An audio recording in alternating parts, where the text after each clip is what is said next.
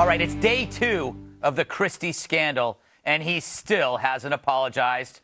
Oh, wait, he did. I come out here today to apologize to the people of New Jersey. All I can do is apologize. I'm just going to apologize. I think that's all you can do. I apologize to the people of New Jersey today, and why I apologize specifically to the people of Fort Lee, and to apologize to folks. And so I'm going to do that. Well, that apology wasn't good enough. Oh, wait, the Fort Lee mayor accepted it. I accepted his apology. Are you glad he came? I'm glad he came. Are you convinced Do you believe him that I'm he glad didn't he have anything came. to do with it? I take him for his word, Which is what? which is he had nothing to do with it. Okay, so what do we do now, dear media? Do we keep chasing a rabbit we already caught? The rabbit we skinned, blackened, and washed down with your favorite Merlot? We've given this story 44 times more coverage than the IRS scandal, and the Gates book is already old news. Don't get me wrong, Chistie is worth covering, but now that you've awakened from journalistic hibernation, there must be batter bunnies out there to chase. Like all the stuff the White House has never said sorry for before. You know, like Fast and Furious, Solyndra, the GSA, Tony Rezko, Geithner's tax dodge, hiring Eric Holder. Silence. The only thing President Obama has apologized for is that people were dumb enough to believe him about Obamacare. And what of hiding disasters like Obamacare, Benghazi, the DOJ, and the IRS to save an election? The White House is better at covering up stuff than Maybelline. So Obama's given us more flubs than a blooper reel, thanks, of course, to an adoring media. Coddled more than the royal baby, Obama never has to face his mistakes, which is why he makes so many. So it's no surprise the media now pivots to Chistie to prevent itself from becoming its own lame duck dynasty. It's another win for O, who may never, ever apologize. And really, why should he? You want sorry? The sorriest people ever are those who voted for him twice. How could you have come up with a bigger hack opening than that? That was unbelievable. I took a Chistie scandal and I turned it into an Obama. Nobody's heard about Tony Rezko for years. I know. Why didn't you put Reverend Wright on there? Just I didn't have time. By the way, there was I could have had Bill Ayers. Yeah, you could. There's so much to choose from. Golfing, the Hawaii, tune $2 million. game, Yeah, the cocaine. Yeah, How about that plane that they sent over New York? Wait a second. Remember that? By the way, what did he close? Obama closed the D.C. monuments. He closed the national parks. He didn't just close a freeway. No. The Republicans in Congress voted to close the that was government. done out of payback as well. No. I do admit, though, Bob, that was a very hackneyed monologue. Really? But Yeah. I'm proud of it because it's right. Let me get Andrea in because she didn't have a chance to comment on this. Here's the thing. There's going to be thousands of pages that are going to be dropping from the sky, documents, God knows what's in there. But it only needs one, right? There only has to be one little email or one little thing, and the whole thing explodes like something. It has to prove that Chris Christie knew about this and either okayed it or it came from him. Or it's the alternative, which is what he said yesterday, that this staffer, who either had a nervous breakdown or is a complete megalomaniac, which is, by the way, what they're saying, right, that she was just drunk with power, acted on her own. If something comes out in those emails, Greg, yeah, he's in real trouble. Right. But I've seen this story before in politics. You have a big rising star as a boss. You have somebody who has extreme power, and the staff assumes the persona of that person and oftentimes gets a bigger ego. And so they become vindictive. I mean, look, I've had my own run-ins with the Chistie staff, okay? And I'm someone who has been an ally to them. There's a perceived person in his operation that doesn't like me that shut me out, wouldn't come in and do talk radios, even when Chistie said he was willing to come on numerous times. There's some attitude going on, and it's a culture that I think is systemic in not just his staff, but it happens a lot in politics. And I think this is a perfect example of a staff that needs to get their, not all of them, but their egos in check. Yeah, I mean, I think in a way you're also talking a little bit about Dana Perino, who has the same. I was exactly talking about Dana Perino. Just an awful human being. You know what I noticed? I was watching another network that I won't name, but they found it. They were skeptical that that woman, they called her a lady, that lady would have been responsible for this, which I thought was quite sexist. Because there's, the Republican men are waging a war on women. Yes. And I actually wouldn't be surprised if there were more people that came out to try to defend her, and then all of a sudden she'll be running for Senate. Yeah. the media hates acceptance of an apology because then its story stops. Yeah. Right? So that's why in that press gaggle yesterday where the Fort Lee mayor is being like a stand-up, gracious, smart public servant, he's saying, yeah, I accept his apology. Yeah, I accept his That's pretty explanation. funny. Yeah, and they're like, really? No, but come on, we've been standing here for hours. Can't you give us more to talk about? Yeah. Eric, this isn't going to end, obviously. What do you predict happens? I think there's literally 1,000 pages that they're piling through right now of documents. They won't read it, though.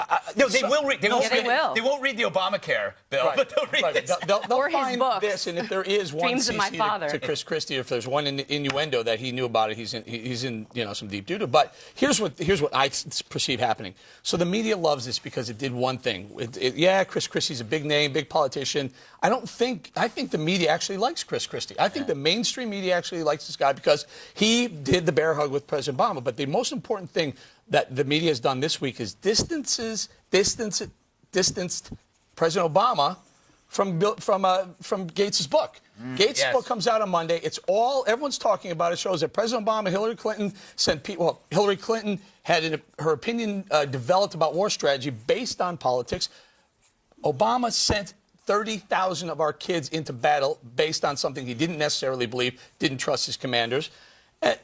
And so that was bad. That was damning. This was going to go big, become bigger. It's going to be, grow upon itself. And then the Christie stuff. And they're like, wow, this is a great opportunity for us to pivot from President Obama, to take the attention away from that, and let's go look at a Republican. I would tell you, though, this Gates stuff, it keeps leaking. More and more stuff. Well, and there's 60 Minutes interview on Sunday. Exactly. You should get the Gates book and just read it verbatim here on the show. Every time you have a question, you just say, I'm not answering that, and go to page 68.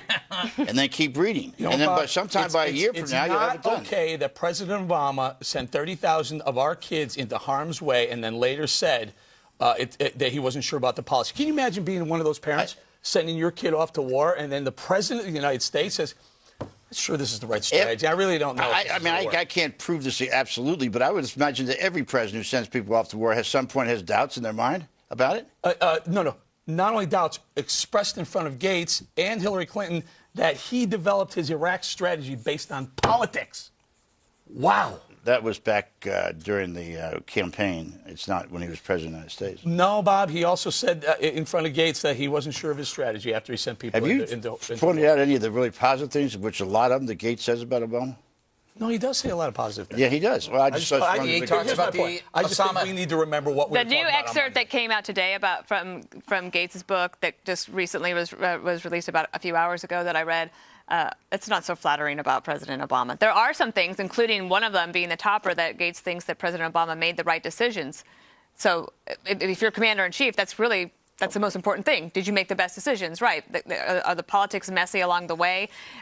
This recent excerpt shows just how politically minded the White House was in all of the meetings, even with Gates, and then also just shows what I think everyone assumed, but it confirms how thin-skinned the president and his team are when it came to dealing with the military, and even suggested, do they not respect me? That kind of language is not attractive. But that's why I felt like monologue on Gates' book.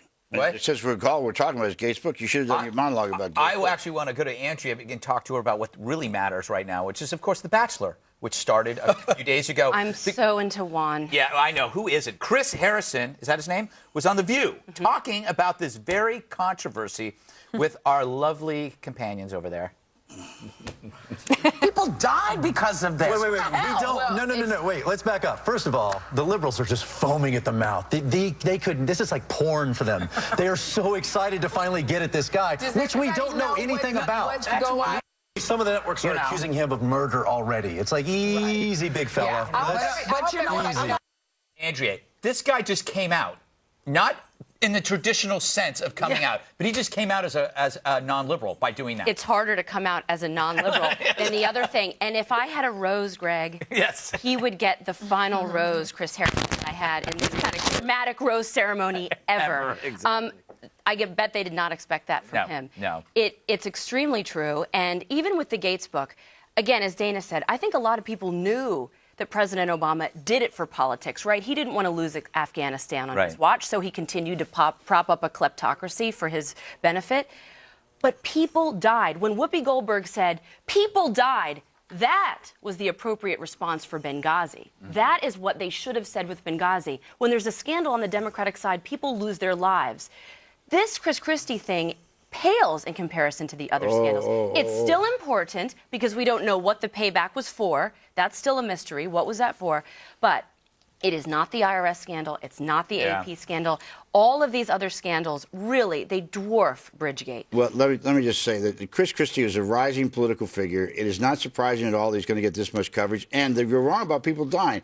There were 20 kids on a bus stop it. who got asphyxiated when they were driving across that. This didn't work yesterday, Bob. Was that didn't not happen. True? You dreamt this. I must have. You had a because I thought that was the case. You know what? What about the Somebody lawsuits? did die of a heart attack, though. We were #1 in the ratings last night. Yeah. Maybe because when you said that, everyone went, what did he just say? 16 kids There were 16 died. kids on a bus that died. I didn't hear about that. What about the lawsuits that are springing from this? Is that going to be an issue? I don't know. So it's a lot of time and a lot of taxpayer money for a really stupid political decision by staffers of Chris Christie who have now been fired. Can I mention one thing about the guy Chris, the Bachelor guy? Yes. Okay, I think that what he did on The View when he surprised them is he expressed what we were talking about yesterday with most people not identifying with the Republican or the Liberal or the Democrat Party, and because they just don't see things in such black and white ways. I mean, Whoopi Goldberg is basically saying that Chris Christie killed people, and he's like, well, wait, okay, hold on, that's not right. And for people on the right who were trying to defend Christie without actually looking at the facts first,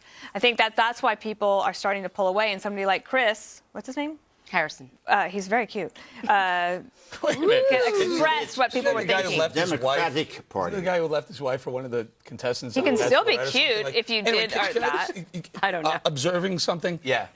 When Chris Christie became the darling of the left with the whole Obama thing around Hurricane Sandy, He used to be they darling were to just you. fawning over this guy from Hurricane Sandy all the way through the election.